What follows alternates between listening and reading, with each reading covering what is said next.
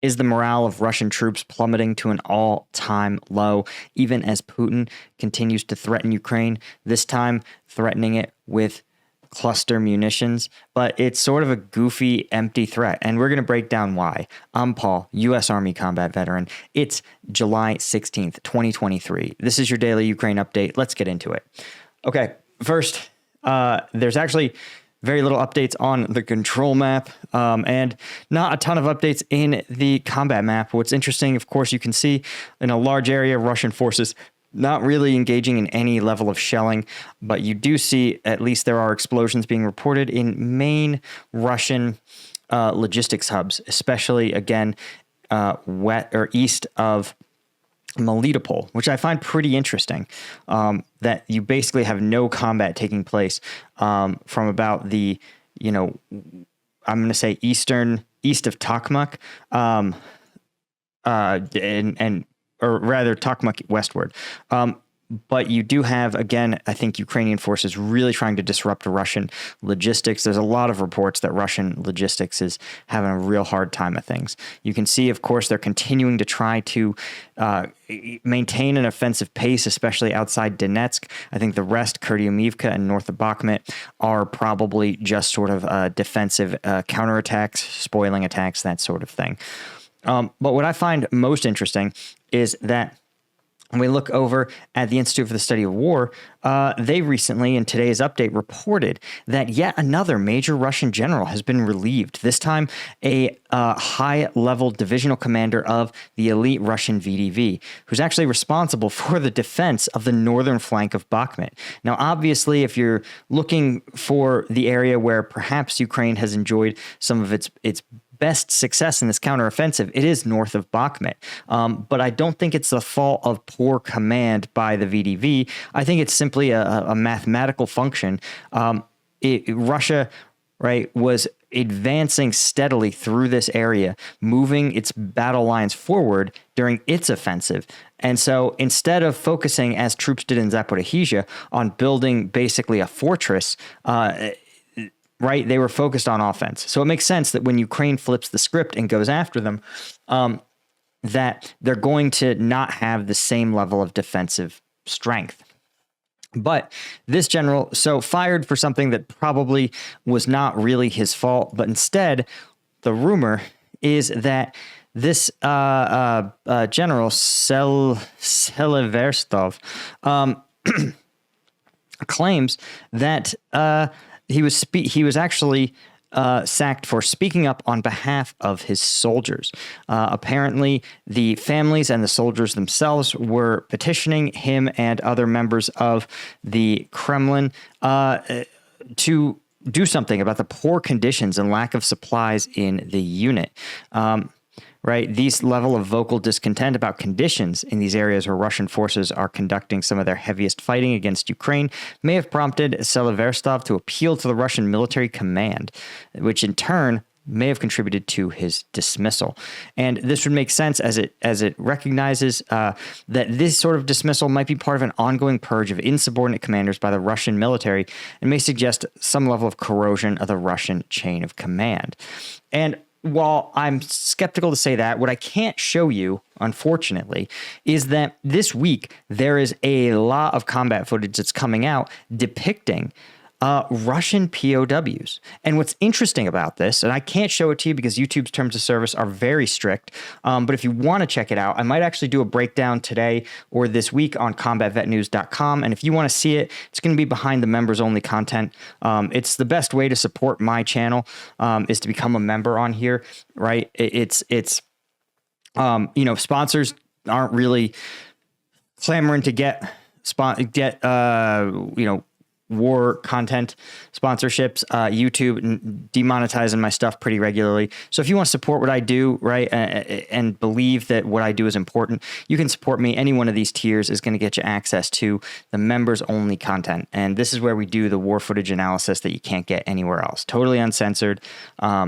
And just 2 days ago, we looked at Russian forces getting a taste of their own thermobaric rocket systems. We actually, the video actually shows the thermobaric rocket launcher in drone's thermal camera, and it's totally sick. And you can also see how Ukraine is using its firepower to sort of break Russian trenches. So when we look at some of these advances, they look small on the map, but you see just the tremendous amount of firepower that's necessary to open up even just a Russian defensive position in, say, a windbreak. So it's pretty cool.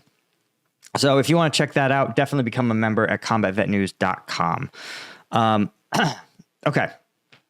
But basically, this large number of Russian POWs, generally, you're going to see more POWs when morale is low, right? When soldiers are running out of food, they're running out of water, they have no ammunition. At some point, they look at each other and they say, listen, what exactly do they expect us to do, right? We're going to just die of dehydration in these trenches. We're not even going to fight the enemy.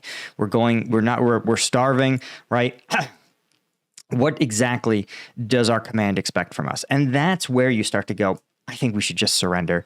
We're already beaten. We might as well not die. We'll at least live if we become POWs of the Ukrainians. And when you see Russian soldiers starting to walk through that path mentally, to me, it's an indicator that the Russian logistics system is really not able to keep up with the demands being placed on it. And it's not an accident. I think Ukraine is getting really good intel from the United States. I think, right, if true, these, the ships being brought into Berdyansk, they're going to be supplying Russian troops all in this area here, right?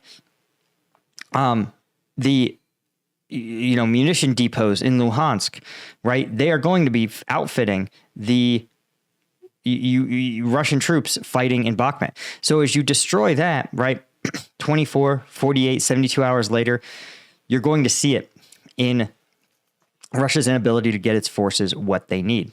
So just something to think about when we see this sort of, when we see increasing reports of this sort of thing, where even Russian military commanders who by reputation are famous for not really giving a crap about their subordinates. Remember, we didn't see this kind of behavior from Russian commanders in Kherson, when the Russian military was also forced to withdraw due to logistic issues. We didn't see it from Wagner Group as they were ground out in Bakhmut. And we're only now seeing Russian high-level commanders publicly tell the Kremlin, you guys, we need better support than what you're giving us. That itself is a crazy sign. And in fact, Putin may be signaling his weakness because he's out here saying that Russia has a sufficient stockpile of cluster bombs. One, Russia says it reserves the right to take reciprocal action if Ukraine uses the controversial weapons. We've talked about this. Cluster munitions have been used in this conflict on a routine basis. I'm sorry, but they have. By treaty, because of the ridiculousness of the actual terms of the treaty, they're only like aircraft deployed weapons, basically. And the cluster munitions, while not necessarily used per se, there's good video evidence that Russia has already been using them. And Russia says it hasn't been using its own cluster bombs, but we've seen rocket deployed scatterable mines, which are a cluster munition by any military doctrinal definition. It's just not a cluster munition by the definition of the treaty because of the specific terms, of how cluster munitions are defined in international treaty. And they claim they haven't had a need. I think this is nonsense, right? And what also, of course, bothers me is that cluster bombs are criticized by humanitarian groups and some U.S. allies because they have a high dud rate, meaning they often leave behind unexploded bomblets that can harm civilians long after a battle has ended. If there were no other munitions used in this conflict, I'd tell you that's probably that's a real danger, right? You're suddenly deploying mines in an unmined area. But the dud rate of Soviet-era artillery shells is also very high. So there is going to be a huge number of unexploded ordnance all over eastern and southern Ukraine. This war is going to have a long, long period of trying to sort out the situation with UXO. Very, very tough a tough situation already, but the addition of cluster bombs to the battlefield, they won't make it better, but they're not really going to make it worse. Like if you have to understand when it comes to clearing unexploded ordnance, if you have to clear a field, it doesn't matter if there's 10 UXO or 100, you've still got to clear that field. And that's the danger ultimately in this conflict. Anyway, the only other story is, of course, coming to us from actually the CTV News, which is, I think this is sort of a little bit of a puff piece. It says Ukraine bides its time in its counteroffensive, trying to stretch Russian forces before striking. And this basically argues that the fighting in eastern Ukraine is focusing now on attriting Russian forces, stretching them thin. And I think this is probably correct. It seems like Kiev has gone back to the drawing board a little bit on its offensive. I think the U.S. is providing them a lot more support than it had been. And, you know, the chief of the UK defense staff said earlier that Ukraine's full-scale offensive will come when one point on the front collapses. Kiev's reserved troops can pour through the breach. I would describe it as a policy of starve, stretch, and strike, Radkin told the British Parliamentary Committee. This is probably correct. Now, the problem that they're running into is, of course, Russia is good at defense and good at defense in depth. And the longer Russia has to prepare defensive positions, the harder it's going to be to actually break them, right? It's sort of like trying to punch your way through an elastic band, right? You can do it, but the band keeps its flexibility is actually an asset. It would be easier to punch through, a wooden board. So just something to think about. Again, I think that the biggest thing that Ukraine seems to be focused now on a more NATO objective, which is to disrupt command and control, shape the battlefield more thoroughly, and then launch a major breaking offensive when it happens. Starve, stretch, and strike. It depends on how you do it, but that's more NATO-like, a plan to pierce the enemy's defenses and pour through it. Because otherwise, what you have when you have this broad-based offensive, it looks more Soviet, right? This pressure offensive, and it's just not going to work when you're equipped like a NATO brigade. Anyway, guys, that's really all I had for you, right? A whole bunch of different little news stories. Thank you so much, as always, to our Colonel tier members of combatvetnews.com.